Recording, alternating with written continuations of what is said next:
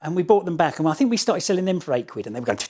So I said to Rob, let's get 12 quid for them now. You know, they're going too fast. Those sort of things you learn. But so we were already starting to get known then as hip hop specialists, if you like. Then I met a great guy, and he's really somebody I'm working with now. It's a guy called Anthony Cooper, who had a clothes shop on Inverness Street in Camden. And he came and said to us, do you want to rent out half the basement, put your record shop? Because he saw that as a good opportunity for him, like have a record shop. Did you have a name for the record shop at that time? We were calling ourselves Downstroke Records. So Downstroke was up for the Downstroke. It's a P-Funk Parliament record, right? But we didn't really, I don't know if we even advertised or anything, or whether many people knew that we were called that. So even when you were at the marketplace, it was Downstroke? I think we called ourselves Downstroke then, yeah. Okay. So you always had a name, basically? Kind of, yeah. Probably not when we were on the market. I don't know. I couldn't remember when the name thing came into effect. It's almost like everything that you're doing is a process, a learning process leading up to the point you got to. So it was trial. It was very much trial.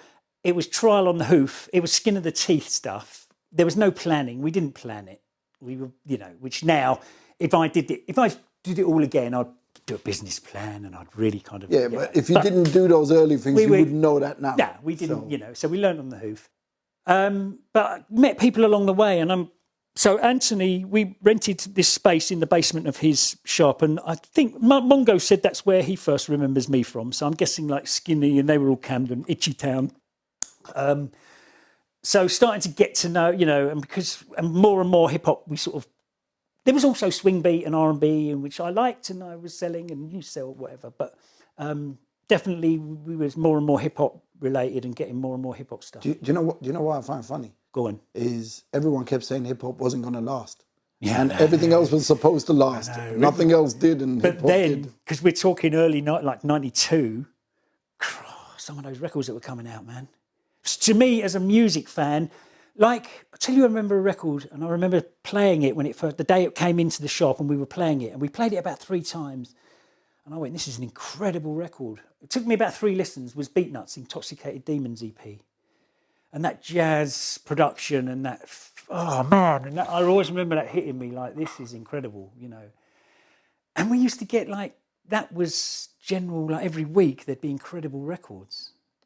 As the 90s went on, it got harder and harder. But I mean, some of that stuff, you don't realise when you're in the middle of it how incredible it really is. And you were at the forefront. You were watching all of these things happening. So you knew what was happening before the public got to really know. Kind of music, with records and stuff. We would get to hear them first, and didn't really get into the whole promo thing much. I did get a few bits when I went to the States, but some people really started getting into that whole getting promos and all this sort of thing. But so you, from the get-go, you already knew that something that you were going to do in the future was going to involve you as a DJ.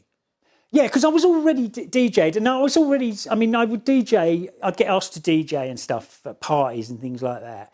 My thing was, I never really had the confidence, I think it was, to go, I could become a DJ. Like all these people that I got later on with Sarah Love and people like that, who came in young, 18, and were like, I could be a DJ. It didn't occur to me when I was 18. I would DJ whenever I got the chance. I loved it.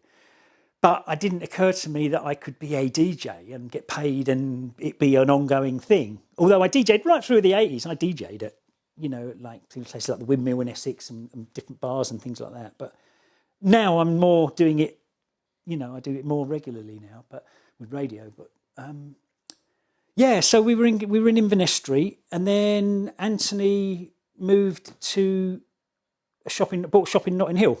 And still as Downstroke. So, no, when me and Rob split up then, and Rob went his way, I went my way, and I went with Anthony to the basement there. And that's when Anthony came up with his shop was called Have a Nice Day, so Hand.